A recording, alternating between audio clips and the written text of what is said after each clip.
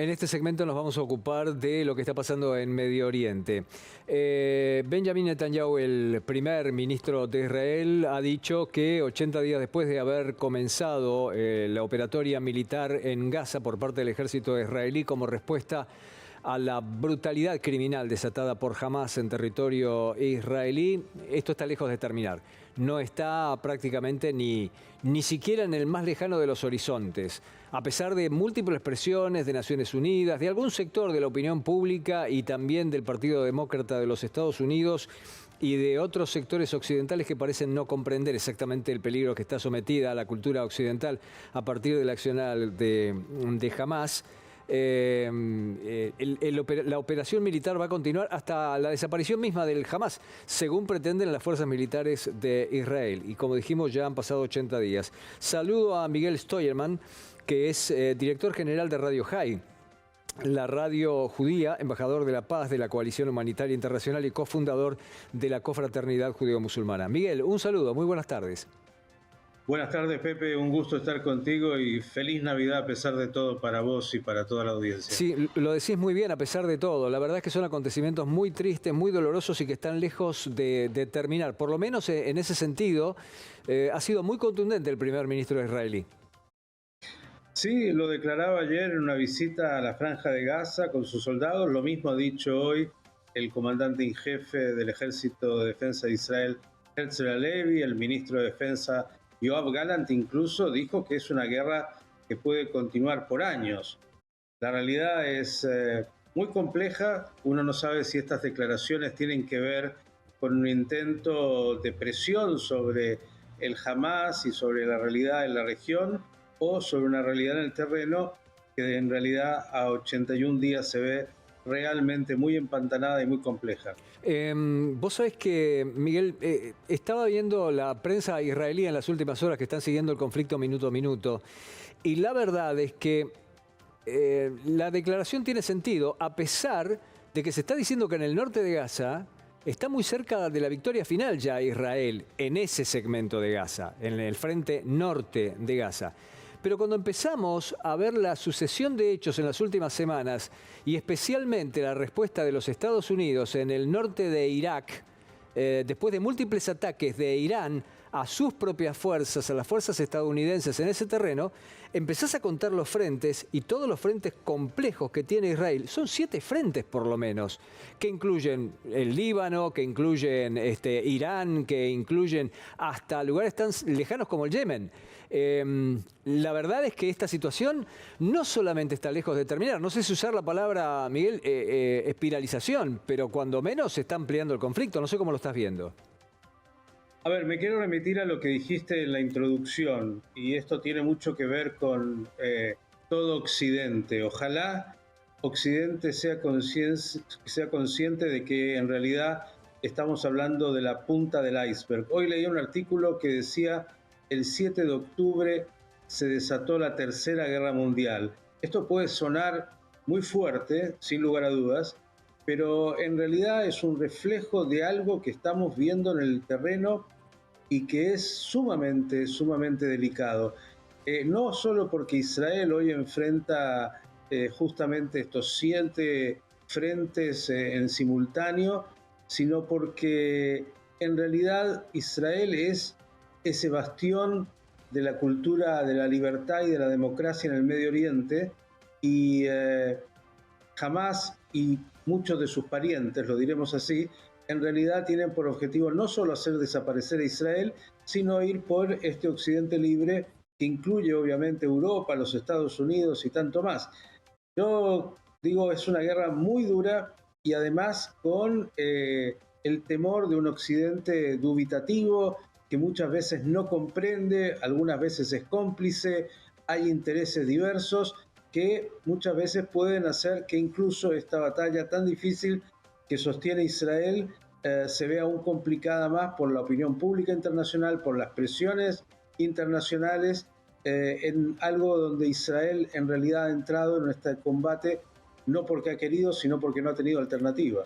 No soy muy amigo, sobre todo, además cuando hablo con expertos como vos, no soy muy amigo de dar definiciones propias, pero a mí me parece, no sé si es el comienzo de la Tercera Guerra Mundial, sí me parece que es la mayor ofensiva que está teniendo nuestra cultura occidental y democrática, el embate contra Israel y todo lo que significa para Occidente. Vienen por todos nosotros, no es que solamente van por la desaparición del pueblo de Israel, queriéndose quedar, como dicen en la canción que le enseñan en el adoctrinamiento a los chicos, desde el río Tal hasta el mar, Palestina será libre. Sí, si elimina 10 millones de personas en el medio y los capítulos que siguen. En eso me gustaría ser claro y contundente. Y la verdad es que Occidente, yo no sé si por ignorancia, por comodidad, por esnobismo o por razones mucho más graves, está siendo cómplice de esto con algunas de las actitudes que está teniendo, ni siquiera controlando las donaciones que presuntamente van para palestinos y que terminan en las manos del Hamás.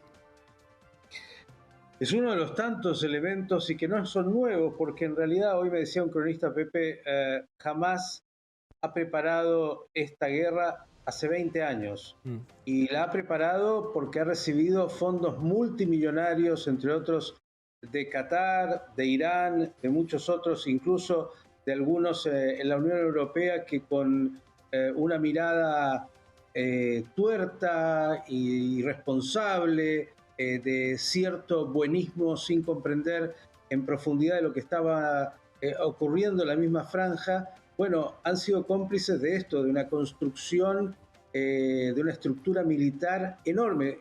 Hay que decir, a 81 días que Israel no ha dejado de atacar incesantemente con todo su poderío y que con todo eso jamás continúa combatiendo, continúan en los túneles que todos ya saben se han construido debajo de toda esa franja de Gaza, una franja que está destruida en su superficie en un amplio sector, casi un 80%, pero el Hamás que continúa en esta guerra, sabiendo otra vez, y cuando hablabas de Occidente, que jamás no hubiera logrado esto sin justamente la apoyatura muy directa, tanto de Qatar como de Irán y como de otros. Y en lo que hace a Occidente, a lo que has dicho, yo temo que por temor incluso, o por a veces complicidad, o por antisemitismo histórico, por una cantidad de elementos que son diversos y complejos por sí mismos, bueno, hoy no tengan claro que esta guerra en realidad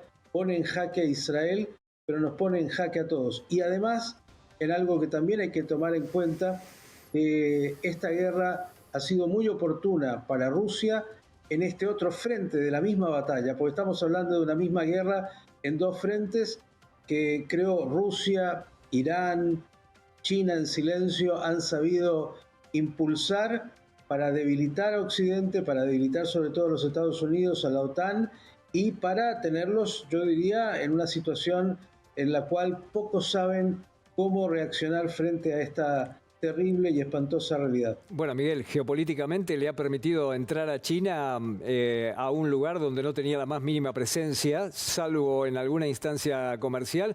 Ahora está allí como un espectador de lujo, pero alguien tan poderoso como China nunca es un espectador de lujo. Siempre es un actor esperando el momento para intervenir. Geopolítica pura. Y además entendiendo que la pelea de fondo es justamente el espacio que quiere disputar China con los Estados Unidos, que lo viene haciendo, y en ese lugar, obviamente, que peleen, así como Hamás y Hezbollah son proxies de Irán, yo diría desde otro lugar que Irán e incluso Rusia son los proxies de China.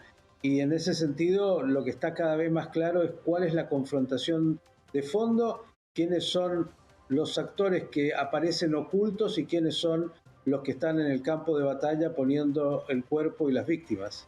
Corregime si me equivoco, por favor, pero he conocido una historia emocionante en las últimas horas, una historia de vida fenomenal, por suerte podemos decir de vida, de una anciana que fue liberada de su cautiverio y que estando en manos del Hamás, lo único que la mantenía viva era recordar y cantar para adentro suyo las canciones de Andrea Bocelli.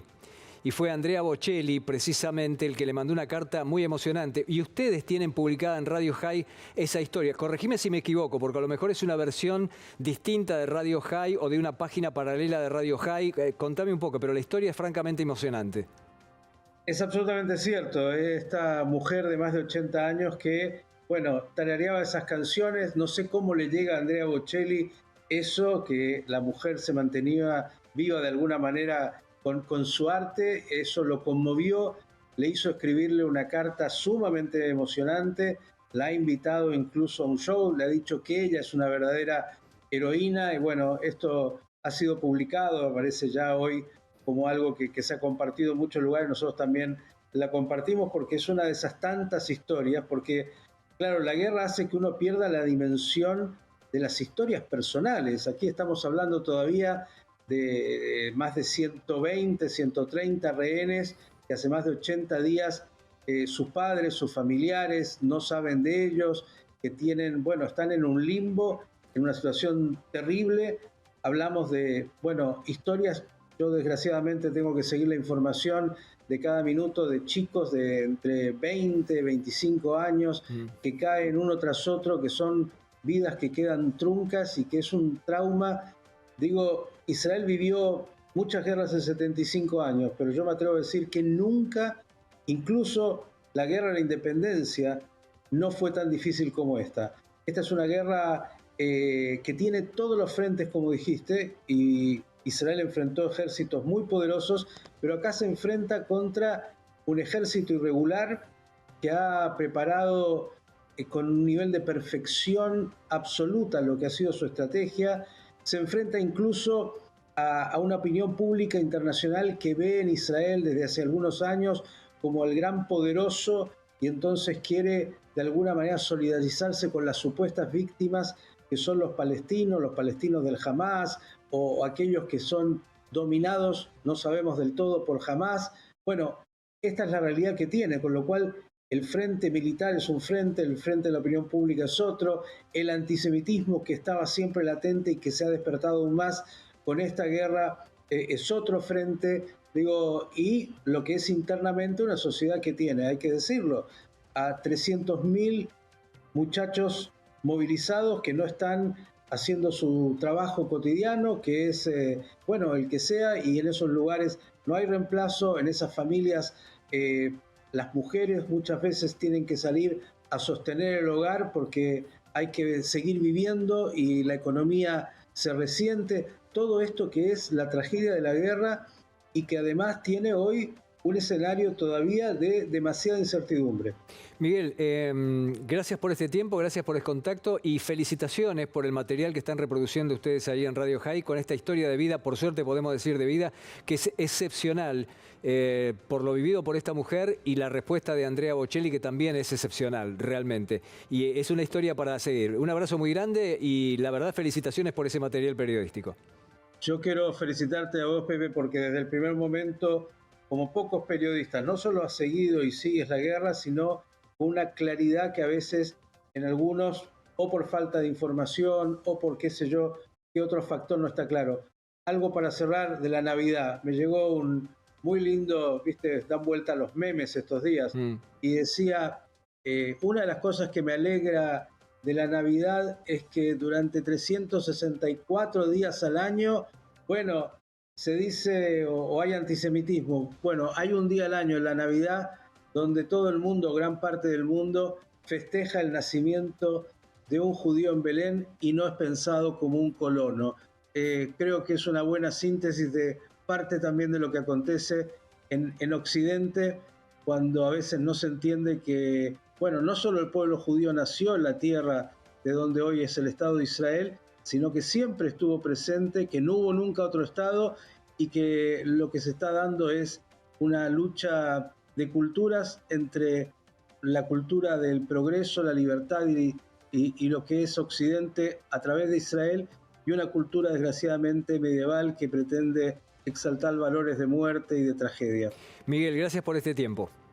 No, gracias a ustedes. Un saludo. Miguel Stoyerman, director de Radio High, la radio judía. Recordamos que Miguel es embajador de la Coalición Humanitaria Internacional y cofundador de la Confraternidad Judeo-Musulmana. Seguimos.